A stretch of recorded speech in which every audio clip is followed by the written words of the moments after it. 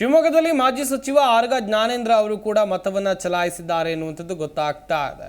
ಪ್ರಮುಖವಾಗಿ ಸರತಿ ಸಾಲಲ್ಲಿ ನಿಂತು ತಮ್ಮ ಹಕ್ಕನ್ನು ಚಲಾಯಿಸಿದ್ದಾರೆ ಶಾಸಕರು. ತೀರ್ಥಹಳ್ಳಿಯ ಗುಡ್ಡೆಕೊಪ್ಪ ಸರ್ಕಾರಿ ಶಾಲೆಯಲ್ಲಿ ಮತದಾನವನ್ನು ಮಾಡಿದ್ರು. ಮತಗಟ್ಟೆ ಸಂಖ್ಯೆ 116ರಲ್ಲಿ ಮತವನ್ನು ಚಲಾಯಿಸಿದ್ರು ಆರಗ ಜ್ಞಾನೇಂದ್ರಗೆ ಪತ್ನಿ ಹಾಗೆಯೇ ಕಾರ್ಯಕರ್ತರು ಇದೇ ವೇಳೆ ಸಾಥ್ ನೀಡಿದರು.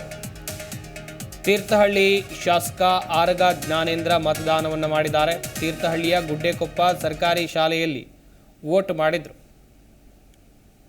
ಮತಗಟ್ಟೆ ಸಂಖ್ಯೆ 116ರಲ್ಲಿ ಮತವನ್ನು ಚಲಾಯಿಸಿದ್ದಾರೆ ಆರಗ ಜ್ಞಾನೇಂದ್ರಗೆ ಅವರ ಪತ್ನಿ ಹಾಗೆಯೇ ಕಾರ್ಯಕರ್ತರು ಕೂಡ ಸಾಥ್ ನೀಡಿದರು. ದೃಶ್ಯಾವಳಿಗಳಲ್ಲೂ ಕೂಡ ಗಮನಿಸ್ತಾ ಇದ್ದೀರಾ.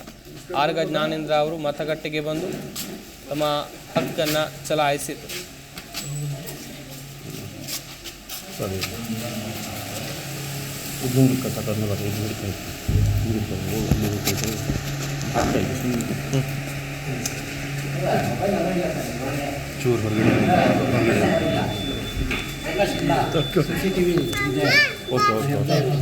CCTV ಇದೆ, ಮೊಬೈಲ್ ಅಲೋ ಇಲ್ಲ ಹೊರಟವರಿಗೆ. ನನ್ನ ಒಬ್ಬನಿಗೆ ಮಾತ್ರ ಅವಕಾಶ ಇದೆ.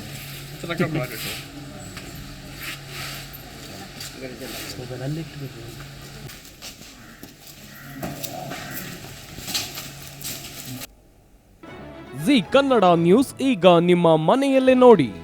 ಎಲ್ಲ ಕೇಬಲ್ಗಳಲ್ಲಿ ಈಗ ಲಭ್ಯ.